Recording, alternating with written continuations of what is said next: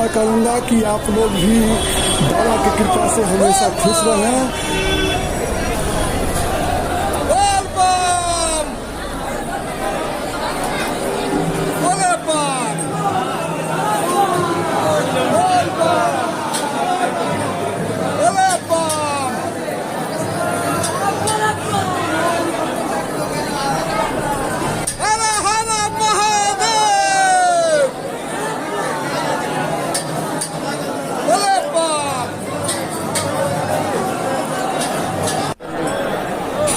महादेव, आज शिवरात्रि का दिन है और आप लोग देख रहे हैं कि प्लेटफॉर्म में कितना भीड़ है, बहुत ज़्यादा भीड़ है।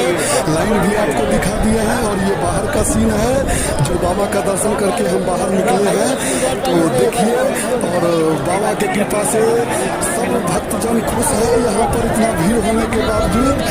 और सच ही किसी ने कहा है कि मेहनत का फल मीठा होता है, तो बाबा के नगरी आने में मेहनत लगता है, लेकिन यहाँ पहुँचने के बाद सारा मनोकामना बाबा पूर्ण करते हैं अपने भक्तों का। तो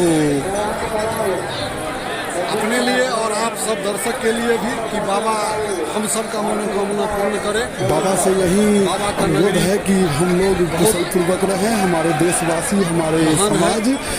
सो आपको ये वीडियो कैसा लग रहा है कहिएगा। शिवरात्रि का दिन है, महादेव, जय भोलेनाथ।